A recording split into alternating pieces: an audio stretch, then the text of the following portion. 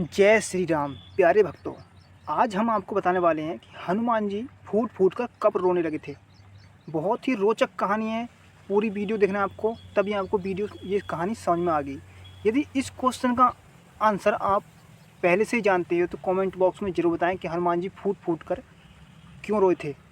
इसके पीछे का क्या रहस्य है। रहस्य पूरा जानने के लिए वीडियो को आपको एंड तक देखना पड़ेगा, और चैनल पर पहली बार आए हो तो चैनल को सब्सक्राइब करना पड़ेगा और वीडियो को लाइक करना पड़ेगा।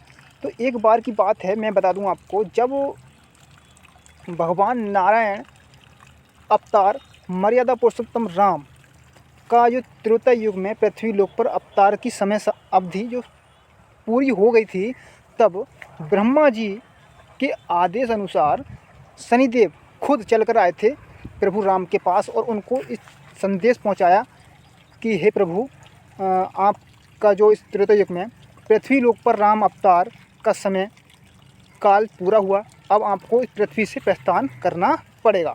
ये संदेश ब्रह्मा जी द्वारा शनिदेव के हाथ प्रभु राम तक पहुंचाया गया।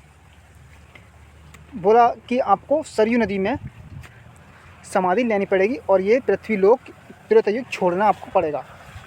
कोई बात नहीं, राम जी शांत विलीन संदेश को समझ गए कि हाँ, ये तो विधि का विधान है और ये नीति भी यही है कि भाई छोड़ना ही पड़ेगा। और राम भगवान जो थे वो इस चीज़ का, ठीक है, सोच समझकर फैसला कर कैसे करें, क्योंकि उनके और भ्राता भी तो उनके साथ जाने को हट कर रहे थे।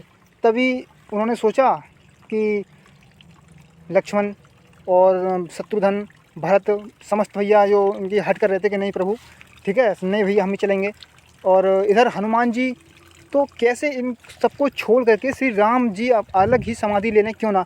उन्होंने ऐसा प्रयास किया, लेकिन ऐसा असंभव हुआ। एक योजना बनाई। उधर गंधर्वों का जो है इतना प्रकोप चल रहा था विकट तरीके से पृथ्वी पर, गंधर्व बहुत परेशान कर रहे थे। तो क्यों ना राम जी ने हनुमान जी को आदेश दिया कि हनुमान जी आप कुछ सेना को लेकर के और गंधर्व को परास्त कर करके आइए, ये मेरा आदेश है। उनको हनुमान जी को वहाँ से भेजना था और ये जो संदेश है वो अपने समस्त भ्राताओं को देना था कि मेरा टाइम जो है वो पूरा हो चुका है और मैं पृथ्वी लोक छोड़ रहा हूँ। तो ये जो संदेश था समस्त भ्राताओं को देना था और हनुमान जी को बताना नहीं था बिल्कुल भी। तो हनुमान जी को गंधर्वों से युद्ध करने के लिए भेज दिया गया। और तभी चारों पांचों भाई आपस में ये फैसला कर रहे थे, डिस्कस कर रहे थे इस बात को लेकर के। तभी हनुमान जी को एक अलग सा आभास हुआ कि क्यों, उनको लगा कि आज कुछ घटित होने वाला है। प्रभु राम जी का जो आदेश है उसमें उनकी वार्तालाप में कुछ अलग ही स्वर्ण उनको आवाज़ आई कि कुछ घटित होने वाला है। तो हनुमान जी बीच रास्ते से वापस आ गए, ठीक है, महल में। और वहाँ पर देखा कि योजना चल रही है किस चीज़ की लेकर के, समाधि लेने की, कि हम चारों भाई समाधि ले लेंगे। क्योंकि उधर शत्रुघ्न और जी भरत भैया भी तो हट कर रहे थे कि प्रभु भैया हम तो नहीं मानेंगे, क्योंकि आप 14 वर्ष के लिए वनवास गए थे, तब हमको आप छोड़ गए थे, लेकिन अब हम नहीं रहेंगे, अब हम आपके साथ चलेंगे। इस प्रकार की वार्तालाप हनुमान जी ने सुनी। तब हनुमान जी का ये विक्षोभ, ये पल, और क्या ही बताएं कि बहुत ही ज़्यादा विवश होकर के हनुमान जी रोने लगे इस चीज़ को लेकर के, क्योंकि ये गुप्त बात थी। क्योंकि हनुमान जी से बिना बताए ये सब निर्णय लिया जा रहा था, ठीक है। जब हनुमान जी प्रभु राम के पास आते हैं और कहते हैं कि हे प्रभु, आप ये बताइए कि आज जो आप समाधि लेने जा रहे हैं, तो ये मुझसे क्यों छुपाया जा रहा है, ये मुझसे क्यों छुपाया जा रहा है। अभी भी आपने मुझको गंधर्वों से युद्ध करने के लिए भेज दिया गया, मैंने आपका आदेश मान लिया और चला भी गया, लेकिन मैं जो नीति है वो तो नीति है। मुझे आभास हुआ कि आज कुछ घटित होने वाला है, तो मैं कुछ वापस आ गया हूँ, लेकिन मैं तुम्हें समाधि लेने नहीं दूंगा, क्योंकि ये एक भक्त और भगवान की भक्ति का प्रभाव है। हनुमान जी कहते हैं कि हे प्रभु, आप ये बताएं कि जब माता सीता की खोज करने के लिए मुझे भेजा गया, मात्र किसी को नहीं, सिर्फ मुझे भेजा गया, भैया लक्ष्मण जी के लिए संजीवनी बूटी जो बिल्कुल भी असंभव थी उसके लिए मुझे भेजा गया, और तक कि जो समुद्र को उलांघना था, माता सीता की खोज करनी थी, लंका जो भेजा गया, तो लंका भी मुझे भेजा गया। और आज जब समाधि लेने का समय आया तो हनुमान नहीं, ऐसा क्या? सब जगह हनुमान और आज हनुमान नहीं है। तो हनुमान जी इस प्रकार की वार्तालाप करते हुए बहुत ज़्यादा बिलख रहे थे और भगवान राम कह रहे थे नहीं हनुमान जी ऐसा नहीं है।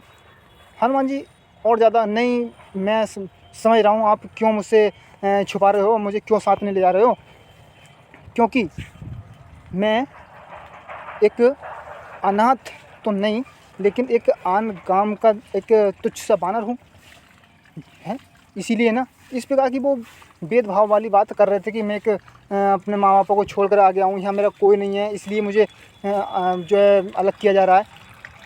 तो हनुमान जी कह रहे थे नहीं हनुमान जी, वो राम जी कह रहे थे नहीं हनुमान जी ऐसा नहीं है, आप तो मेरे हृदय से कभी अलग ही नहीं हुए जो आज मैं आपको अलग करूँगा।